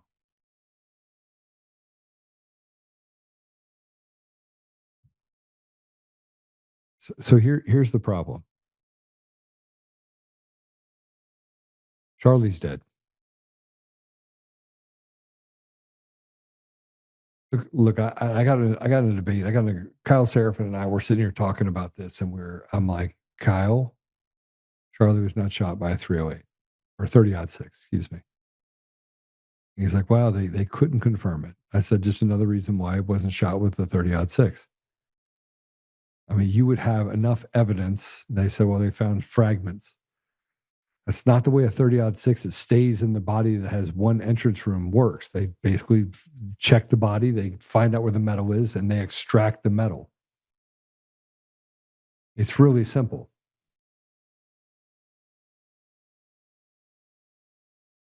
Charlie's dead, and there's a lot of circumstances surrounding the entire event where there was a man that stood up in the back. As soon as Charlie was killed, a man stood up in the back and he like drops his pants or something. I can't remember what exactly happened. I'll go check it out. I should have been prepared for this part. And he said, I did it. I did it. Now, I was told today, and I don't know if this is true, I need to check it as well, that he was the same guy that was at the World Trade Center, and that he was one of the first people to give interviews. And this guy happened to be there. I don't know if that is true, but here's what I didn't know is true. Soon after that, there was another false flag of somebody walking around noticeably holding a gun inside the town, right outside. And then you had Kash Patel that 15 minutes later is like, we caught him. We know we caught him. We saw the picture of it. I got on the phone and I'm like, it's an air rifle. It's a fake gun. So you got the guy with the fake gun that's out there. You have the chatter that's out there saying that something's going to happen to Charlie Kirk. I mean, they predicted it. You have the people that basically ran interference. And then you have Robinson with a 308 that at 230 yards didn't make it out the backside of his neck. It doesn't make sense. And then you had Tyler Robinson jump off of the building, and then they said, hey, a video of him breaking down the gun, and I'm like, okay, show me that. But then I can't. I walk through, and I remember saying this within 30 minutes. I got a phone call from Laura Logan that said, did you see? And I was like, yeah, somebody else from Turning Point had called me. And so I had all this stuff in my brain at the same time. And I remember saying, just as I got in the car, I was up in the mountains, that, they left the gun on the scene. If he was shot, wherever he was shot, it was hidden in the ceiling, wherever, but they left the gun there. And they, I remember watching the video over and over and over again. I was like, something doesn't look right. It just doesn't. There's this thing that happens when you shoot, and his shirt, how his shirt went up, and then how his body fell, and then the entry wound, and there's no exit. And so you're everything in your brain goes to, what's the caliber? What do you think it was shot with? And then you listen to the sound of the shot that's fired, and you listen to it with different elements. I went through the whole thing. And by the way, I never ever got on this podcast and talked about the Charlie Kirk thing. I just didn't. I didn't talk about Erica Kirk or anything else, because here's what I know is that she has 2 children. I don't believe that she's involved. But we have thousands of influencers all over Facebook and X and everything else that have an opinion. And they're like, Charlie was killed by Israel.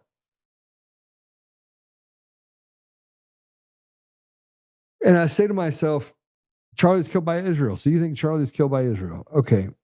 Which part? Because Israel doesn't even get along with Israel.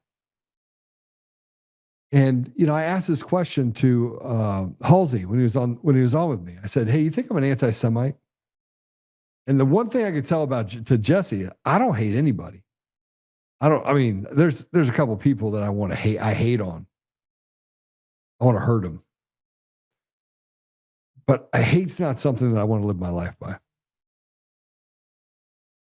But out of the thousands of debaters that are out there or influencers that are out there, and everyone's got an opinion, they want to mock and take a side against Candace and a side against all 4 Candace against Andrew. And you had Stu Peters that said that, that Candace Owens just destroyed her. You had other people that said that you had Andrew that put up a post. This guy, put up C5 for a minute. So Andrew, in all of his infinite wisdom, said every AI source will say I won. That was never in question. Specifically, AI programs built like this purpose judging debates will also say so. The polls are simply a reflection of who has the larger audience post debate. During the debate, I won those 2. It's not hard to understand. Yeah. This is crazy because now we're making AI the arbiter of reality. Don't have to think for yourself. Just let AI do it for you. I want to play this, though, because Alex Jones has entered the room. Alex Jones entered the room. Pro-Trump, anti-Trump. I don't even know what he is anymore these days. But he took the time to actually respond, Candace Owens. So let's hear what he has to say. Candace Owens today decisively defeated Andrew Wilson, the champion the TPUSA put forward in the Charlie Kirk assassination cover-up debate, hosted by Patrick Bay David. I did my regular syndicated show today, 11 a.m. to 3 p.m., and so I couldn't watch it then. But once I got off air, I watched it. And she slaughtered him. Absolutely slaughtered him. Now, I've seen Wilson before, and he's debated my son, and I saw him on Rogan, was familiar with him, and I've seen his tactics. A lot of his appeal to emotion, he just acts confident. That's what he does. And a lot of times he's debating a topic where he's on the right side, so he wins the debate because he's in the right. But she destroyed him. And I'm going to post right here with this same post here at Relox Jones on X, the most defining moment where he got annihilated. She says, hey, name me the charges against the supposed assassin of Charlie Kirk. And he couldn't name it. She then, in the order of the charges listed, and they pull it up on ChatGPT, and she nailed it word for word with photographic memory. And he says, oh, you were using your phone, I think. You're on your phone. And she reaches over in her purse and pulls it out and gives it to Patrick Ben David, and there were no text about it to her. So she destroyed him right there. Look, folks, I'm going to explain the keys here. They claim Tyler Robinson got on the roof, made this shot, put a 30-06 together, put a telescopic scope on it. That anybody that knows telescopic scopes know, you put them on, even though they were sighted in before, they don't even hit the paper at 100 yards. So the fact that he could do that, then they put the video out, it's 30-something seconds. He doesn't have time to put a rifle together and do that. It looks like he unfolds something, whoever it is. So the official story is not true. And I broke what Joe Kent's confirmed happened. This has been in the news. They've confirmed happened months after I broke it. That at a cabinet meeting 7 days after Charlie was killed, Kash Patel said, I have orders for the president. We're not looking at any foreign involvement or all the trans groups that said he'll be dead when he comes to town tomorrow.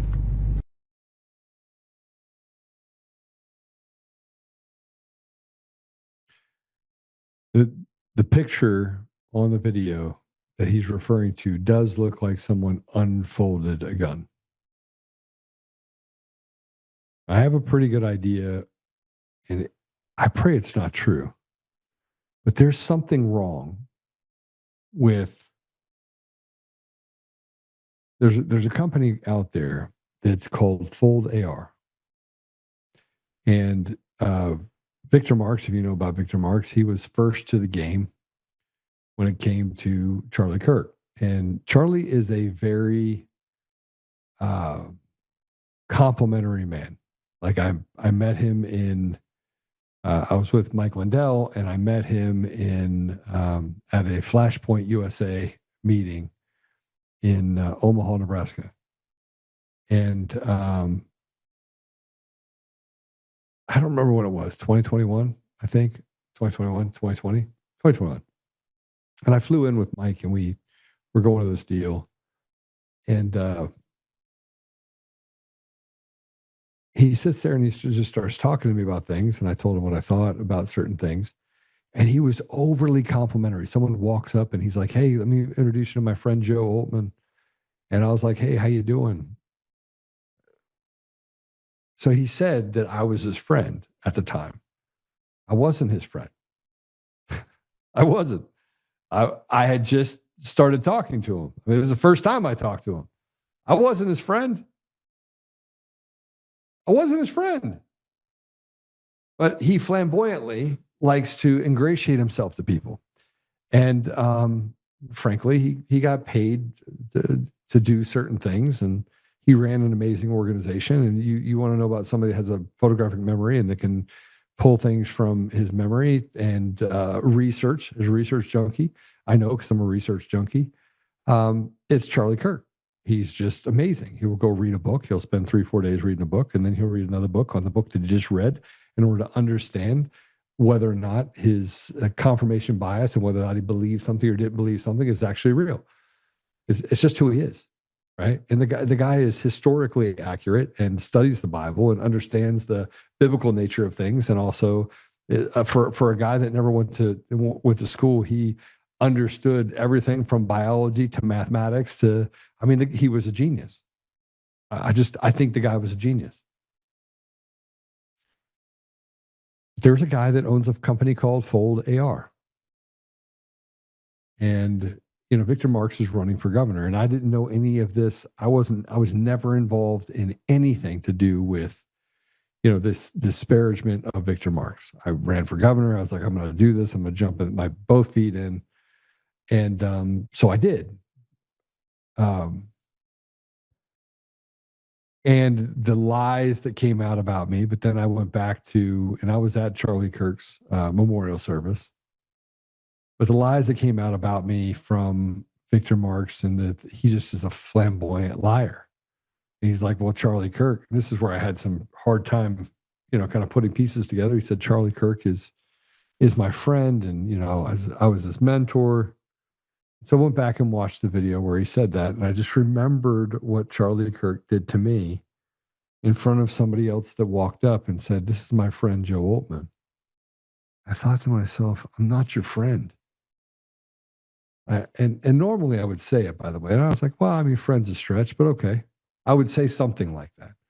And I didn't say anything like that. I just kind of let it go because it's Charlie Kirk. And I was just paying attention. Now, the truth be told, one of the things that we talked about, he didn't find all that appealingly something to talk about. He didn't agree with me. And that was on election fraud. And, I was talking to him about what he said to a pastor out of Nevada. His name's Andy, out of Las Vegas area. His name's Andy. And Andy was at a pastor's meeting and ran a church and stood up and talked about the election machine, was basically showing evidence of the election fraud. And when he did this, something really strange happened. Charlie just got really combative and said that Andy was a Fed, which is super interesting because what you're actually saying is that Andy is CIA and that you're testing me, right? Because one of the things that Charlie was known for is, he liked interacting with kids because he was safe for him. It was safe because he knew that at least they weren't the CIA. They weren't people that are forcing him to act or say a certain thing or to adopt a certain narrative. But he got really agitated. And at that meeting that Andy was at, this was in 2022, was the head counsel for Dominion Voting Systems and a previous governor of Nevada, I believe. Maybe I got that wrong. Maybe it wasn't Nevada, but I think it was. I think it was Nevada. And he happened to be there and was flanking Charlie the entire meeting. Now, I wasn't at the meeting, but I got all this from Andy, and Andy took pictures and sent all the pictures over to me. And so I remember having a conversation with a few people, and I was like, listen, I think someone needs to have a conversation with Charlie. He's standing on the wrong side of history. Fast forward to Charlie's death. Charlie didn't set out to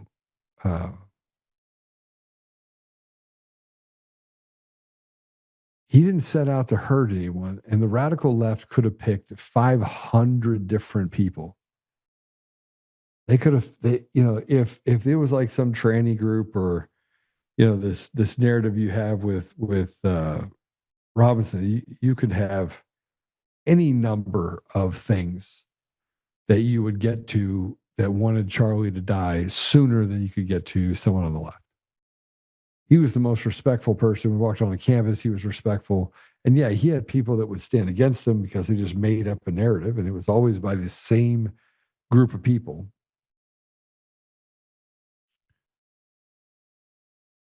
But he had a massive distrust for the people around him that were trying to convince him. And I know this because this is in 2021 or 2022. He said so much when we were sitting in the hallway of the church in Omaha, Nebraska. and he introduced me as his friend. Now, Victor Marks, he said, oh, he's a mentor, and maybe it's true, maybe it's not. But Victor Marks didn't know how to stop lying about me. And then you have, Kyle Clark. He's a big liar, said I'm an anti-Semite. That ruined the relationship that I had with the guy that did jujitsu. And then I had another guy over here that said, oh, he's racist, so it ruined that relationship. So I've had all these people that have tried to ruin relationships. I finally tell people to piss off. But then I don't know what it was, 4 months ago, 5 months ago, I met the guy that owned Fold AR. And he comes out and he calls me and he says, I gotta talk to you about this stuff. And I went to dinner with him and we talked about the Fold AR. And then he talked about how guns disappeared and that Victor tried to buy a bunch of them so he could send them to different countries. And I'm like, okay, this is too much. This is too much. And then he talked about guns disappearing. And so I went back and I watched that video over and over and over and over and over and over again. And I was like, it's not a 30-06. It's not. It's a 6.5 and a foldable AR. 6.5 Creedmoor and a foldable AR. That's what he was shot with. So did Tyler Robinson do it? I don't know. Here's what I do know. He wasn't shot with a 30-06. It came from his grandfather. It never happened. It never happened. That never happened. The rest is all made up. Anything else that you tell me is all made up. But when I saw the video of the unfolding, I was like, holy crap, that's not 30-06. That's not someone bolting on a sight on top of an older gun, taking it apart, putting it back together. It's not real. But then I go, okay, wait a minute. But they know, because if they didn't, they wouldn't have said he took it apart. That means that they had to have something that showed someone putting something together. And you said Alex Jones, who looks at it as well. I've never talked to Alex Jones about this. And I'm telling you right now, as God is my witness in front of you right now, the only gun that could have done the damage to Charlie that was done to him in the way that it was done was either a explodable lapel mic that is not likely based on where it was, or a 6.5 Creedmoor. Those are your two choices. Not a 30-06. 30-06 would have tore out the back of his throat. It would have pulverized his neck.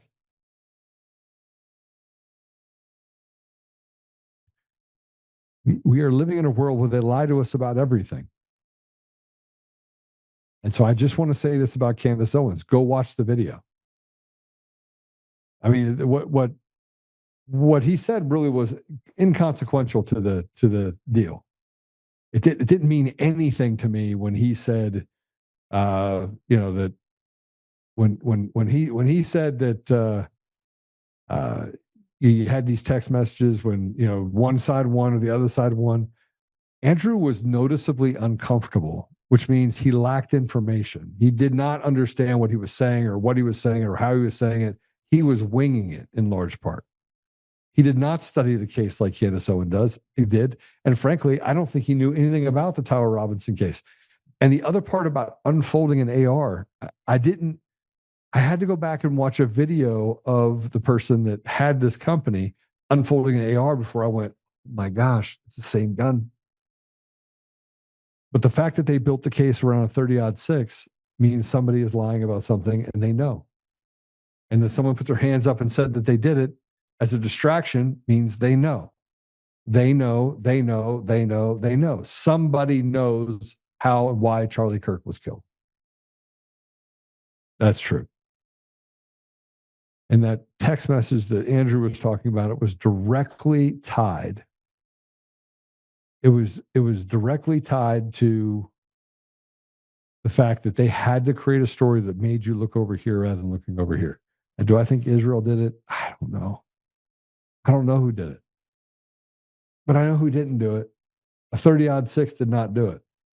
So maybe Tyler had a 6.5 Creedmoor or a foldable AR that just so happened to be the same place that Victor Marks is hanging out over here, and and trying to work a deal to sell foldable ARs to different countries. And it happens to be that this guy's unfolding an AR on top of a building and doing all this stuff. They only had 30 seconds to do it.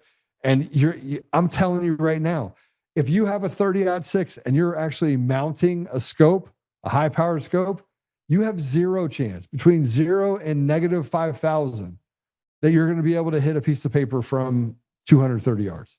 He's right. You got to, at a minimum, bore sight it. You're not going to be able to walk in and just tap, tap, tap, screw, screw, screw, boom, you're ready to go, and you can shoot at 230 yards. It's not even possible. But they want you to they've expected you to adopt the impossible. But that's not the only thing they told you to adopt the impossible with. They told you to adopt the impossible with COVID, to adopt the impossible with weapons of mass destruction, and everything we turn around to adopt the impossible. Adopt the impossible that Ukraine could be the bad guy or the good guy and Russia bad. Adopt the impossible. Adopt the impossible. And we sit in the bottom, we talk about the elections, and we have so much evidence, and it never makes the light of day because you got retards in every form of government that are stopping us from getting to a place of common sense. That's all I know. Here's what I'm going to tell you. I'm going to tell you right now. Believe nothing of what you hear from anyone when it relates to the government, related to what happens with Charlie Kirk or the elections or anything. We've just got to the point where we expect that we're going to be lied to. Candace Owens is not your enemy. Tucker Carlson is not your enemy. I don't know about some of the other people, but they're not. Go back and watch the video. And I actually don't think that Candace Owens wiped him up based on that particular piece. That's actually trivial compared to the rest of the conversation. But let's get into something if we can real quick. I want to get into the elections. I want to step away from Candace Owens a little bit. Although I will tell you, the Candace Owens part is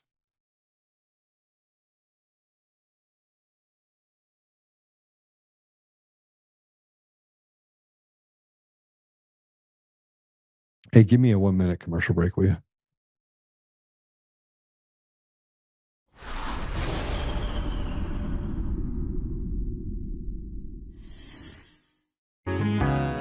Oh, hi. I almost didn't see you there.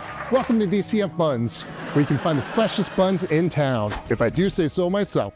Oh, our master bakers teach class every week. So whether you're new to baking or trying to improve your culinary skills, we got you covered. And we can help you bake the cake of your dreams.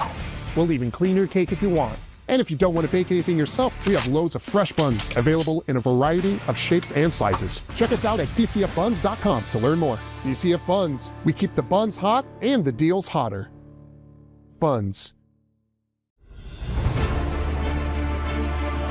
In every thread, in every stitch, Honor-Bound USA weaves the fabric of the American spirit.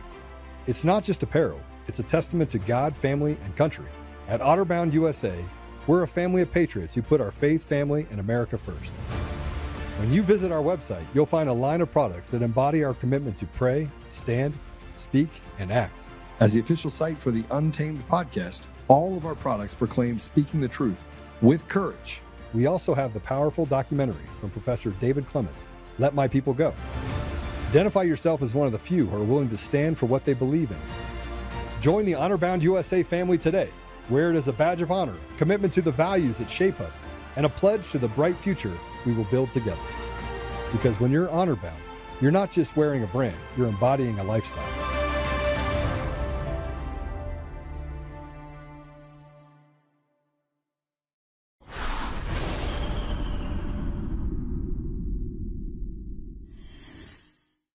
We received just a few weeks ago, January of 2023, the system log files from the tabulators that were used in Maricopa County on Election Day, along with the redacted CVR records. Through an analysis, we were able to determine that 250,000 ballot feeds misread by those tabulators. There are approximately 2 tabulators in every polling center, which means there were 446 tabulators with 250,000 voter attempt failures. somebody who was in politics telling me when I first started, do not talk about the forensic audit. Don't talk about the 2020 election. Distance yourself from President Trump, and whatever you do, don't bring up COVID or question the vaccines or the mandates. And I looked at this guy and I basically kicked him out. And I took all of his suggestions and advice and I threw it in the trash can, and I immediately went down and I toured the forensic audit site and I started talking about our corrupt elections. And, you know, people have finally caught up. We're seeing some more evidence every single day come out. Sorry about that. I don't know what happened. You ever had a moment of unclarity? Everything came rushing to you at once. That's what happened. But here's what we're talking about here. This confirms that the state government of Arizona was overthrown on November 8th, 2022. Now, they did this in 2020, they did it in 2018, 2016, 2014, 2012, 2010. They've been stealing elections for decades. But here's the problem with that is that they did it state by state. So you couldn't see it happening, and they used election systems that were made. And a guy that was a Congressman, Feely, he was a Republican, not a Democrat. That's why you know for a fact that both sides are irrevocably broken. And until we get rid of machines and mail-in ballots, and until we get to a place where we can actually have transparent elections, which they desperately don't want. They want to do everything they can to steal the sovereignty that you have as a American. And if that's not true, how do you have systemic breakdowns and degradation across our entire society, all 50 states at the same time? You think that's how it works? It's not how it works. It's not how it works. Breakdown of education. How is that happening across all 50 states? I can tell you why. I can tell you how.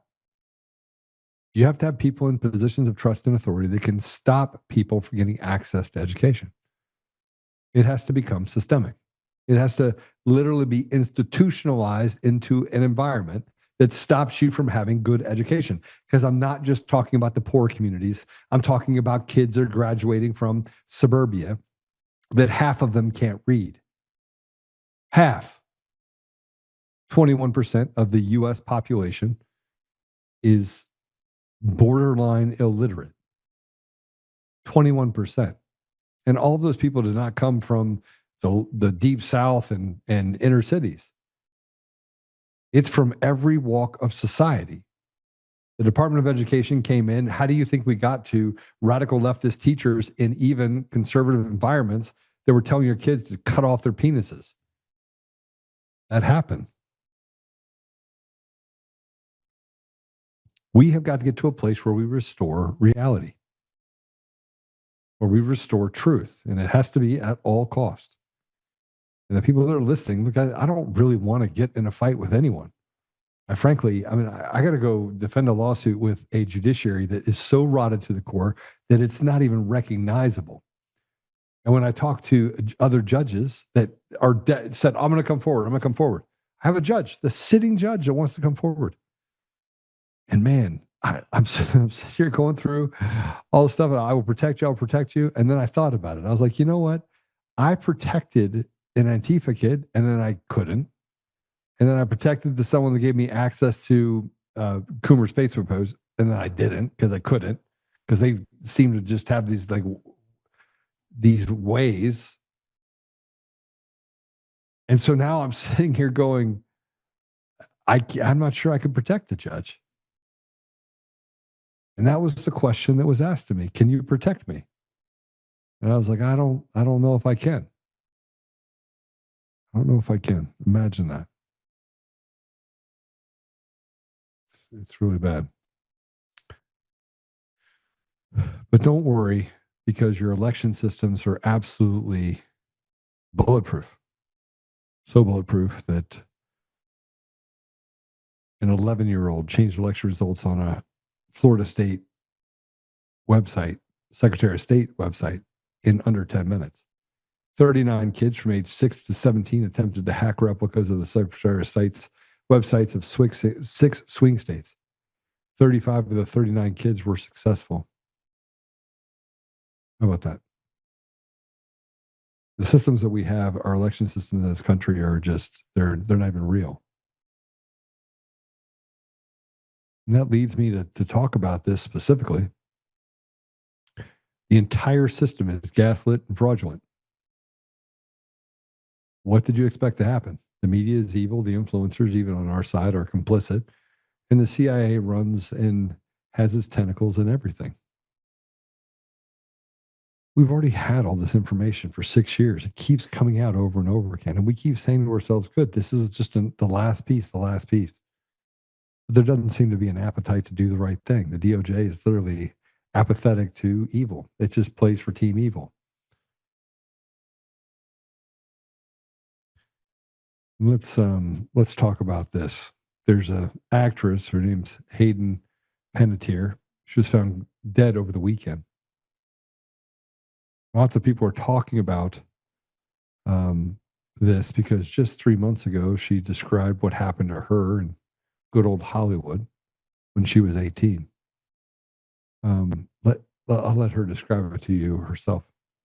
And it was this very small room, and she physically put me in the bed next to this undressed man who was very famous and had his hands like this, like this was just, an average day for him. This is something that happens all the time. And I waited for her to leave, and I mean, that lion in me, that fire in me, that my hair stood on end, and I became ferocious. I was like, this is not happening. But I had nowhere to hide, and I bolted, and I hid wherever I could think of to hide on a boat. There was no jumping off and swimming away, and there was nobody who was going to, I realized that there was nobody who was going to be empathetic to my situation, that this was nothing new to them. These are the people that over and over again have told you, trust us, bro. And whether we're talking about elections or COVID or any number of things that they've been selling us in this Candyland world of make-believe, we have become the victims of really evil people and those that are complicit in those evil deeds. She talks about the woman putting her in bed with this rocker. Over the last 18 years, she's had to deal with these people. In order to stay relevant, you have to stay quiet. So she can talk about it. She's put out her memoir. She's 36 years old. And within a few months of her putting it out, she's dead. And over again, we have other people that just die as a result of the behavior of people around them. And they say that it's all coincidence. I don't believe in coincidences. I believe in coincidences so much that there's nowhere that I go or nowhere that I don't have a gun sitting within a minute of me. In a drawer, on the desk, in a safe. And they figured, well, he's going to be a more difficult target for us than a 36-year-old girl that talks about being raped by Hollywood. And so in the middle of all that, they decide that they're going to do other things. They're going to defame me all the way to the end. They're going to just continue to do what they can to defame me. I find everything that I'm dealing with right now, the Coomer case, the affidavit, the fraud on the court, which unbelievably, the fraud on the court was so monumental that you would have to be a retarded judge not to side with the fraud on the court. You would have to be absolutely awful. And then on the fraud to the court then comes and asks what everyone else's position is on the filing from the other side, not on our side, but the filing from the other side. as if they had already just predetermined and had a conversation about where this was going to go. And I remember talking to the attorneys, and I'm like, okay, I'm going to go to DC now because I have to figure out why we're sitting on our hands right now. Why we're letting trash judges and trash special masters that are totally complicit in every degree in this crime family, why we're allowing them to continue. And yet there's, I have to play the waiting game. I hope Jesse's right. I hope I have absolute peace by forgiveness. That would be amazing. That would be really amazing. All right, we're done for the day. Thanks for sharing the last 2 hours with us. I apologize for not being here last week. I do want to tell you what I was up to. So I played golf 2 days in a row for the Special Forces Foundation. So I was out there hanging out with a bunch of GBs and retired GBs. And the organization does some pretty amazing things. It takes care of veterans. And I'm going to be doing a raffle. I don't know if I can call it a raffle of a pretty cool gun that I got donated, and I bought it back, and then I'm going to do it again. I'm going to try and raffle off this gun. Paid a pretty price for it. It's one of 60 in the world. And anyway, so I'm going to do some stuff to help the Special Forces Foundation. I'm very grateful for the work that they've done. They continue to do. But I spent a couple of days golfing with them and just hearing about the stories of sacrifice, but also the stories that come after it when they get home and there's this empty house. So that's where I was for 2 days, hanging out with the Special Forces. It was fun. I had a good time. And I love supporting them. So if you get a chance to look up Special Forces Foundation, they're amazing. American Military Family, also another amazing organization. Debbie runs the American Military Family, and Pam is the one that does all the setting up and getting things done for the Special Forces Foundation. And Cody's pretty awesome too. And Calvin, just a bunch of people, just a bunch of really good people over at Special Forces Foundation. So that's where I was hanging out for a couple of days and taking care of them. So with that said, Apple Podcasts, Google Podcasts, Spotify, Pandora, iHeartRadio, TuneIn, and more. Go check it out all over. And Roku. It's good to see you guys on Roku and on the website as well. I am very aware of the censoring that's happening. I got cut off from Facebook again because I put a thing up that said FGT. It's calling them basically a terrorist, and they thought it was derogatory, but they didn't know what the word meant.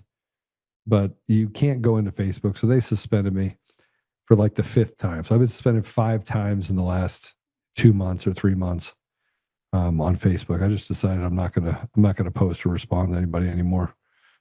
I'm just gonna post my stuff and get on with it over there. So if you're watching, go ahead and share it. I also know what's happening with X. This new algorithm is pretty crazy. It went really well for a little bit, and then all of a sudden it went really bad, and it's gotten much worse. And they've just picked winners and losers. That's what they do on social media. And so I'm going to continue to just do what I do, and just we'll kind of just work our way through it. But I think there are a lot of good people, and I think that our message of goodness and truth is more and more being suppressed because they're in the final hour of knowing that they're not going to do anything about it. So we're going to end up having to do all the hard work. So just keep praying and keep fighting, and don't give up any ground. That's what I would tell you. So let's pray.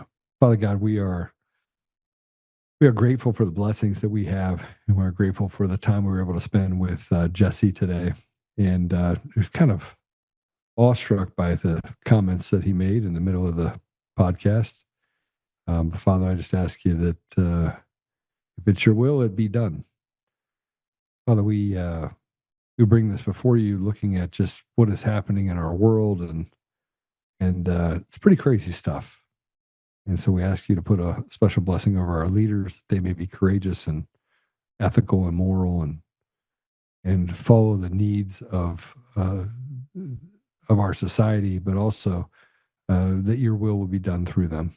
Father, we ask you to put a hedge of protection around President Trump and to protect him from the grift of people that are trying to take from him and to force him into a place where he has to do things that go against the American people. We ask you, Father, to give us the ability to see straight to the bottom, even in murky water, and to be able to understand who our enemy is and to do whatever it takes to defeat the enemy, which is evil. So, Father, we are grateful for our time together. We're grateful for this podcast, and we're grateful that we have free enterprise and we can choose to be good people. And Father, we just ask you to protect us as we do that we can just finish well. I say these things humbly in Jesus' name. Amen. Okay. I will see you guys on the other side. Thanks a lot again, very much. And I will talk to you later. See the comments about, well, hold on a second. Let me read the comments on that. Sharon Lee says, coming in late, Candace showed not one piece of evidence to prove anything, not knowing all charges is BS. So I agree with that part was BS. But she did come in with the evidence. And one of the things that was being talked about was the idea of, well, how do you have a folding gun? That's pretty crazy. So Victor Marks, Colt has been getting many Facebook and X accounts taken down. That is very true. They are doing it all day long. So now I just block them. There's so many holes in the story before forth on the CK assassination, so many. But lastly, the destroying of the crime scene. Yeah, that was a little weird. And Malcolm X called the media the most powerful thing in the world before social media was even a concept. That's diamond clarity. You're right. He did say that. Actually, he also said that the media can sway giants. And so it does have a really, really big power, or like it's a power. It's a powerful leash to be able to hold on to. Susan Rice, good to see you. God bless you, Joe. Thank you for that. Only the paranoid survive. Scum Kitty, I don't know. Smoke on the water. I don't know, Gammy, what you're talking about, but you're usually not wrong. So I'll leave it there. See what else I got here. Globalist master divide and conquer. For them, it's art. The left uses the state to sterilize children and abort babies at birth as the right in fights over who's killing them. Amazing. Yeah, I would agree with that. Okay, well, it's great to see you guys. I think I don't know what else is on there. Let me go check Pilled real quick. I'm going to come over there and say hi to you guys over there on Pilled.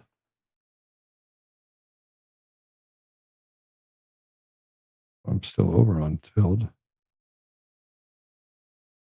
There we go. Most prominent anti-Israel voices are communists, which are inherently Jewish. Kirk was beginning to question things, which was problematic. Yeah, he was beginning to question things. That's very true. I can't think of anyone. So Chops says this. Now, this is an interesting thought. I'm glad I came over here. I can't think of anyone that watched the Candace Andrew discussion and came away with a changed opinion. That's very true. It's very true. Now we get more and more entrenched, and that causes us to have more and more entrenchment and other things that we think about as well. So, Chops, that's a. Let me go ahead and give you a little up on that one. Eric Allen, I gave you one too. Yeah, I would agree with all of the things you just said. Made it for the last few seconds. Hello, everyone. Praying all of you have a blessed day and weekend. Praying for you and the family. Danster. Go back and watch the whole thing. It was pretty awesome. Who is Chris? Weird is not evidence. It doesn't matter. We don't have a right to throw the baby out with the bathwater, Chris. That's what I'm saying. I mean, how many times have people thrown me out with the bathwater because of some flamboyant bullshit that was made up by some other fake influencer who has never accomplished anything in their life. So I'm just telling you, just to be a purveyor of truth. And unfortunately, that means that you have to, I don't like what Candace did with Erica Kurt. I don't like it. But I also recognize that we have to walk softly and carry a big stick. That's what I think. All right. Go ahead and give me a thumbs up on your way out. Make sure you all do it. And I will see you. Candace presented was, I think, my feelings or my opinion, or I talked to, but no evidence. Yeah. Yeah, I don't. Facts tell, stories sell. When you have a story devoid of facts, it's only persuasion. Candace is a pro at persuasion. Don't trust her. I would agree with those sentiment. I would agree with that she's a persuader. But who isn't in the influencer world? I show you facts, which are really inconvenient for a lot of people. Yeah. All right. Do your thing. All right. God bless you all. Have a great night. And remember to hit the share button. You're the ambassadors of truth, not me. Break it, bring it, wreck it, Ralph, as I like to say it. We'll talk to you tomorrow.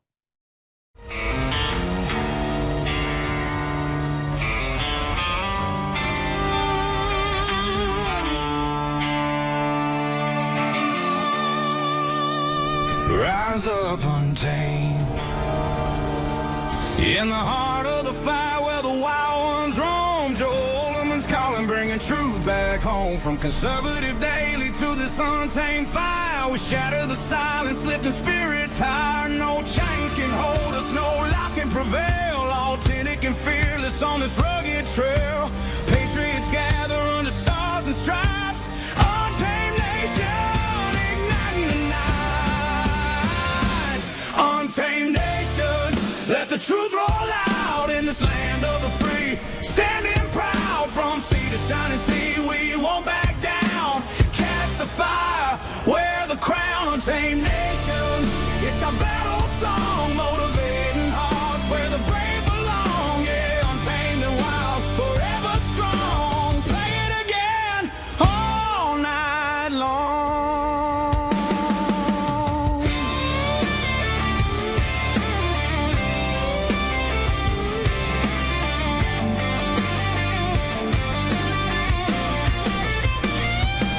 Break the mold, chase the real.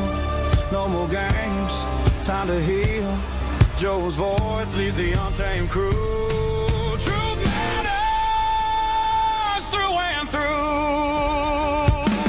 Untamed nation, let the truth roll out in this land of the free. Standing proud from sea to shining sea, we won't back down. Catch the fire, wear the crown. Tame nation, it's our battle song, motivating hearts where the brave belong. Yeah.